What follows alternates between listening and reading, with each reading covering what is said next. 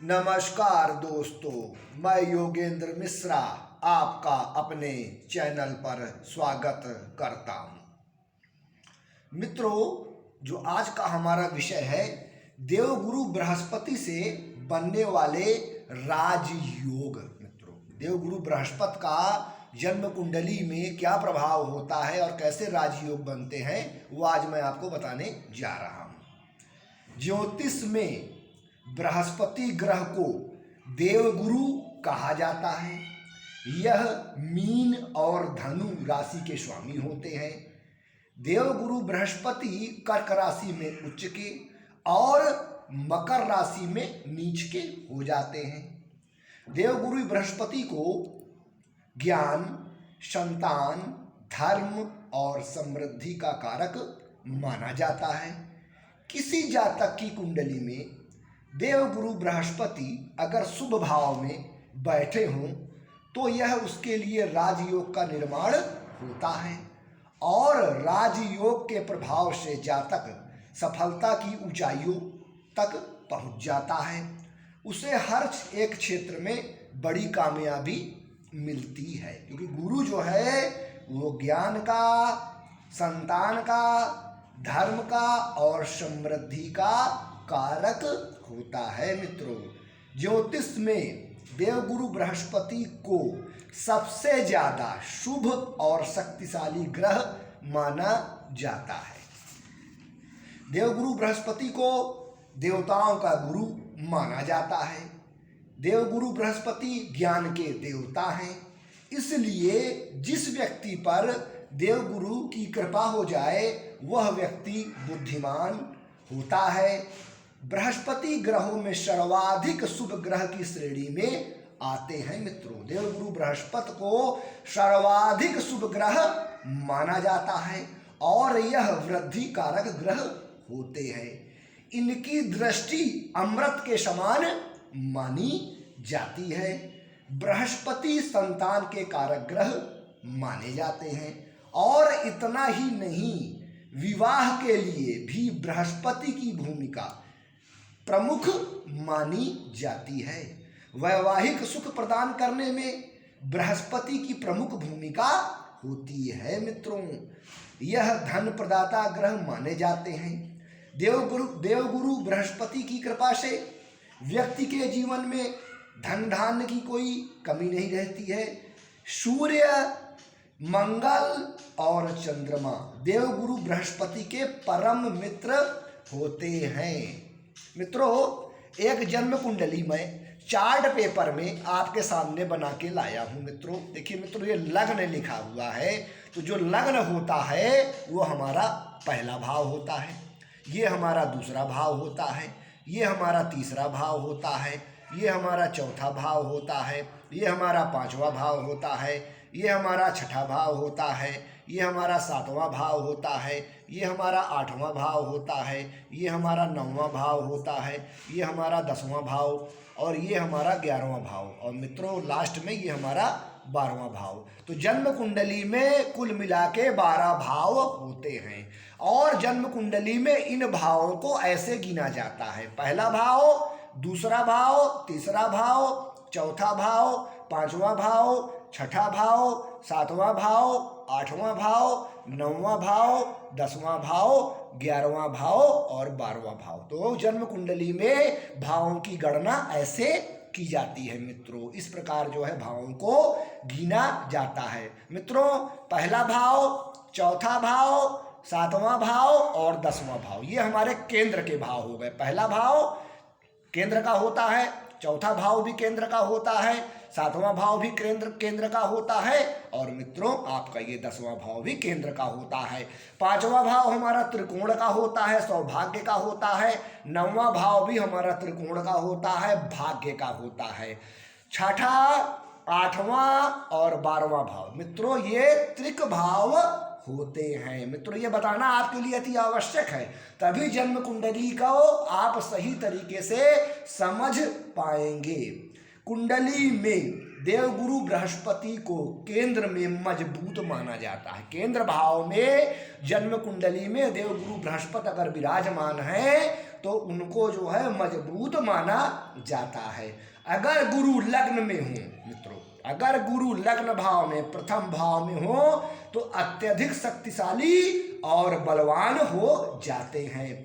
लग्न का गुरु कुंडली के तमाम दोषों को नष्ट कर देता है, जातक की आयु लंबी कर देता है और ज्ञानी बना देता है। परंतु मकर राशि अगर लग्न में पड़ रही है तो देवगुरु बृहस्पति शुभ प्रभाव नहीं देते हैं मित्रों। मतलब मकर लग्न की कुंडली में अगर देवगुरु बृहस्पति लग्न में विराजमान हो तो शुभ प्रभाव नहीं देते हैं।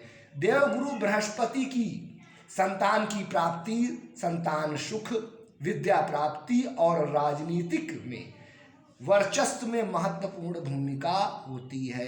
देवगुरु बृहस्पति की संतान प्राप्ति में, संतान सुख में, विद्या प्राप्ति में और राजनीतिक वर्चस्व में महत्वपूर्ण भूमिका होती है मित्रों। लड़की का विवाह गुरु की अनुकूलता के बिना हो ही नहीं सकता। मेष, कर्क, सिंह, वृश्चिक और मीन लग्न वाले जातकों के लिए गुरु विशेष योग कारक होते हैं। मैं फिर से रिपीट कर रहा हूं मित्रों। मेष लग्न, कर्क लग्न, सिंह लग्न, वृश्चिक लग्न और मीन लग्न वालों के लिए गुरु विशेष योग कारक होते हैं मित्रों। वैदिक ज्योतिष में गुरु की दृष्टि को शुभ फलकारी माना गया है। देवगुरु बृहस्पति की दृष्टि में अमृत होता है। वह जहां पर भी देखते हैं वहां के अशुभ फलों को नष्ट कर देते हैं और वहां पर शुभता को बढ़ा देते हैं। मतलब अशुभ फलों को नष्ट करते हैं और शुभ फलों को बढ़ा देते हैं।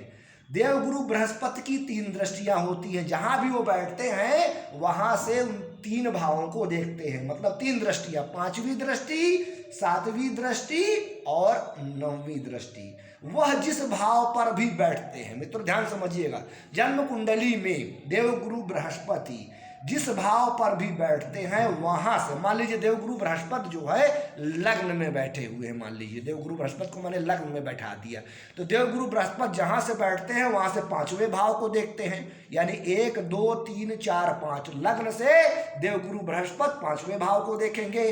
फिर 6 और 7 फिर देवगुरु बृहस्पति 7वें भाव को देखेंगे 7वीं दृष्टि से।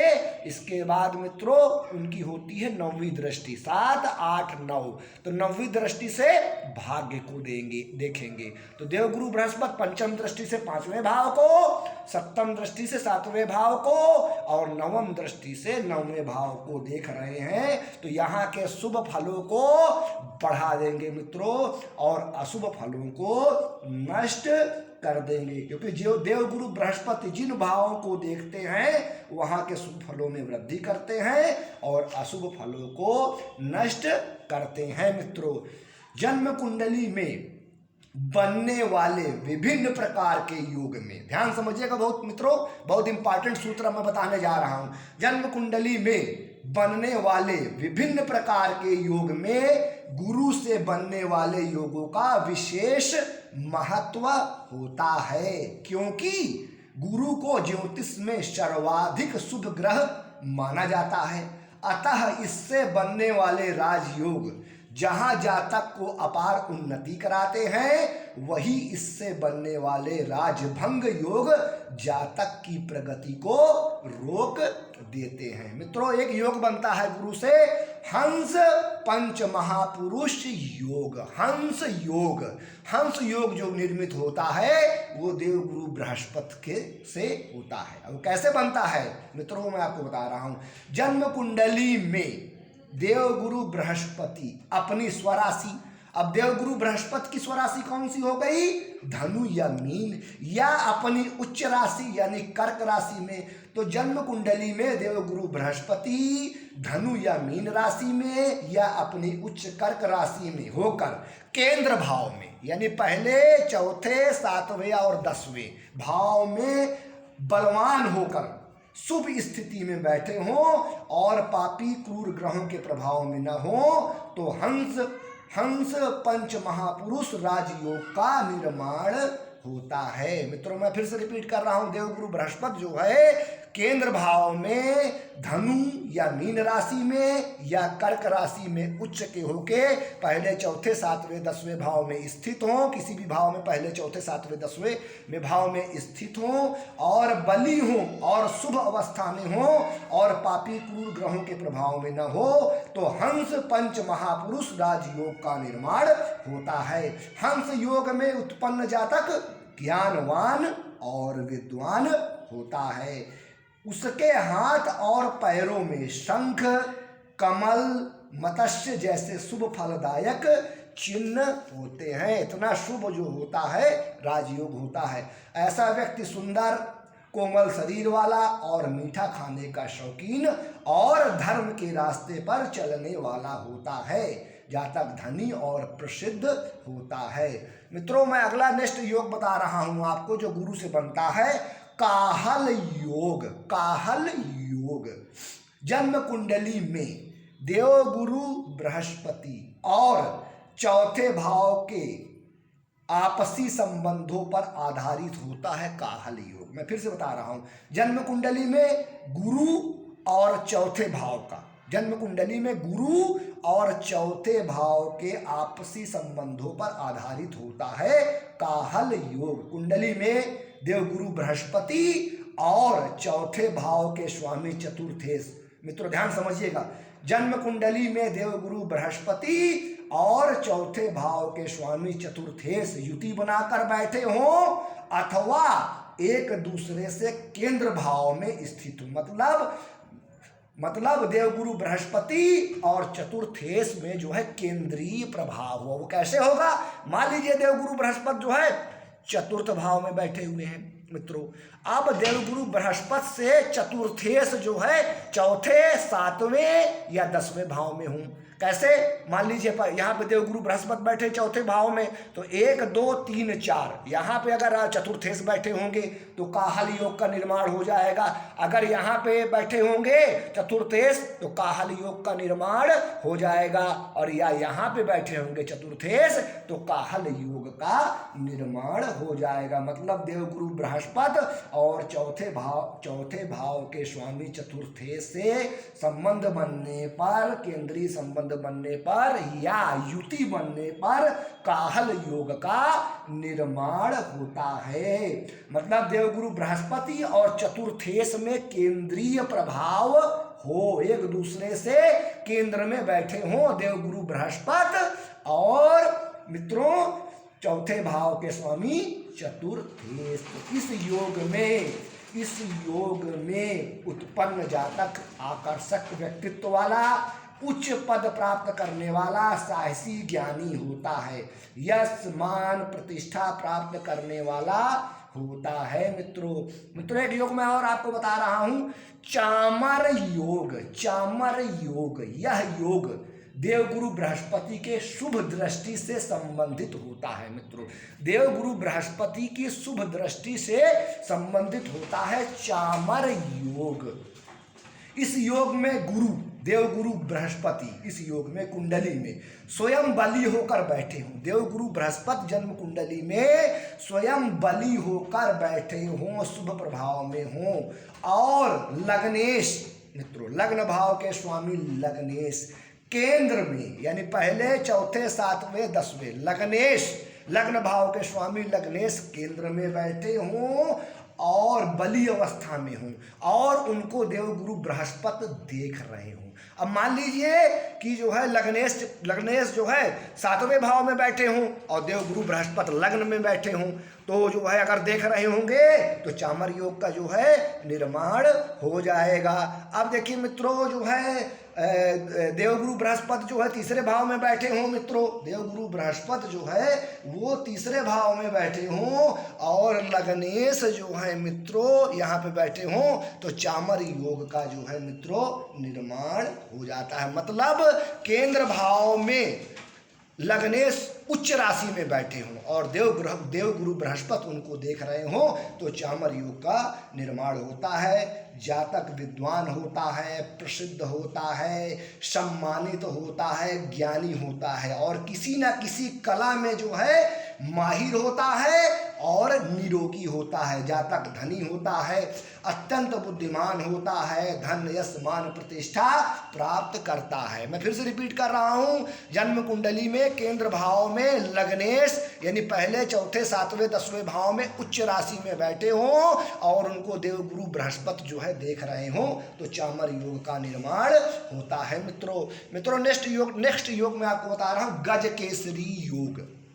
यह योग गुरु और चंद्रमा के आपसी संबंधों के आधार पर बनता है। गज केसरी योग चंद्रमा और गुरु से बनता है। कुंडली में किसी भी भाव में चंद्रमा और देवगुरु बृहस्पति युति बनाकर बैठे हों तो गज केसरी योग का निर्माण होता है। जन्म कुंडली के किसी भी भाव में देवगुरु बृहस्पति और चंद्रमा युति बना के बैठे हों तो गज केसरी योग का निर्माण होता है। और चंद्रमा और गुरु में अगर केंद्रीय प्रभाव हो तो भी गज केसरी योग का निर्माण होता है। मान लीजिए कि चंद्रमा गुरु में केंद्रीय प्रभाव कैसे, या तो युति बना के बैठे हो मित्रों चौथे भाव में, मान लीजिए मैंने बैठा दिया देवगुरु बृहस्पति को और चंद्रमा को, या देवगुरु बृहस्पति और चंद्रमा आमने सामने बैठे हों यानी समसत्तक हों, इस प्रकार जो है गज केसरी योग का निर्माण होता है।